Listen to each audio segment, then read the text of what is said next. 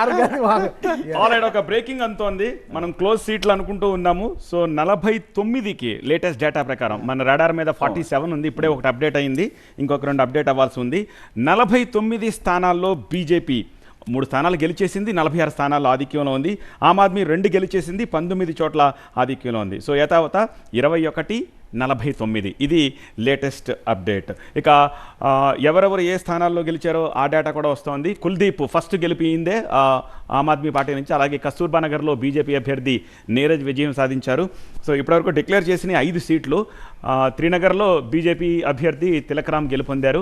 15,753, చాలా భారీ మెజారిటీ అని చెప్పుకోవాలి అక్కడ. సో 15,000 అంటే సో ఆయన అంత మెజారిటీ వచ్చింది. విశ్వాస్ నగర్లో బీజేపీ అభ్యర్థి ఓం ప్రకాష్ గెలుపొందారు. సో 5 డిక్లేర్ చేశారు, ఇంకా 65 చేయాల్సి ఉంది. 65లో 46 బీజేపీ లీడ్లో ఉంటే 19 ఆమ్ ఆద్మీ పార్టీ లీడ్లో ఉంది.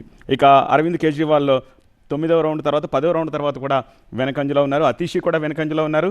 అండ్ చాలా క్లోజ్ మార్జిన్లో ప్రస్తుతం మనీష్ సిసోడియా వెనకంజలో ఉన్నట్టుగా లేటెస్ట్ అప్డేట్స్ని బట్టి మనకి తెలుస్తోంది. Winnowing party, celebration party Bharatiya Janata party గెలుచుకుంది. ఢిల్లీలో 27 సంవత్సరాల సుదీర్ఘ విరామం, సుదీర్ఘ ప్రయాస తర్వాత ఎట్టకేలకు ఢిల్లీలో గెలుచుకున్న పరిస్థితి కనిపిస్తుంది. అధికారం చేపట్టబోతుంది. అయితే ఒక సామాన్యుడు పార్టీగా ముందుకొచ్చి అనేక ఒడిదుడుకులు, స్కాముల మధ్య ఆమ్ ఆద్మీ పార్టీ ఓడిపోయిన పరిస్థితి కనిపిస్తుంది. ఢిల్లీలో 22 సీట్లకు పరిమితం అవుతుంది. సో ప్రతిపక్ష పార్టీలో ఆమ్ ఆద్మీ ఏ రకంగా ఢిల్లీలో అధికార పార్టీతో ముందుకు వెళ్తుంది అనేది చూడాల్సిన పరిస్థితి కనిపిస్తుంది. కానీ ఢిల్లీ ఎన్నికల ఫలితం దేశ రాజకీయాల్లో ఒక సరికొత్త చర్చకు, అలయన్సెస్కు, ఆలోచనకు వేదిక అయ్యే అవకాశం కనిపిస్తుంది. ఆ మార్పులు చేర్పులు ఎలా ఉంటాయి అనేది రాబోయే రాజకీయ చిత్రంలో మనం చూడాల్సిన పరిస్థితి కనిపిస్తుంది.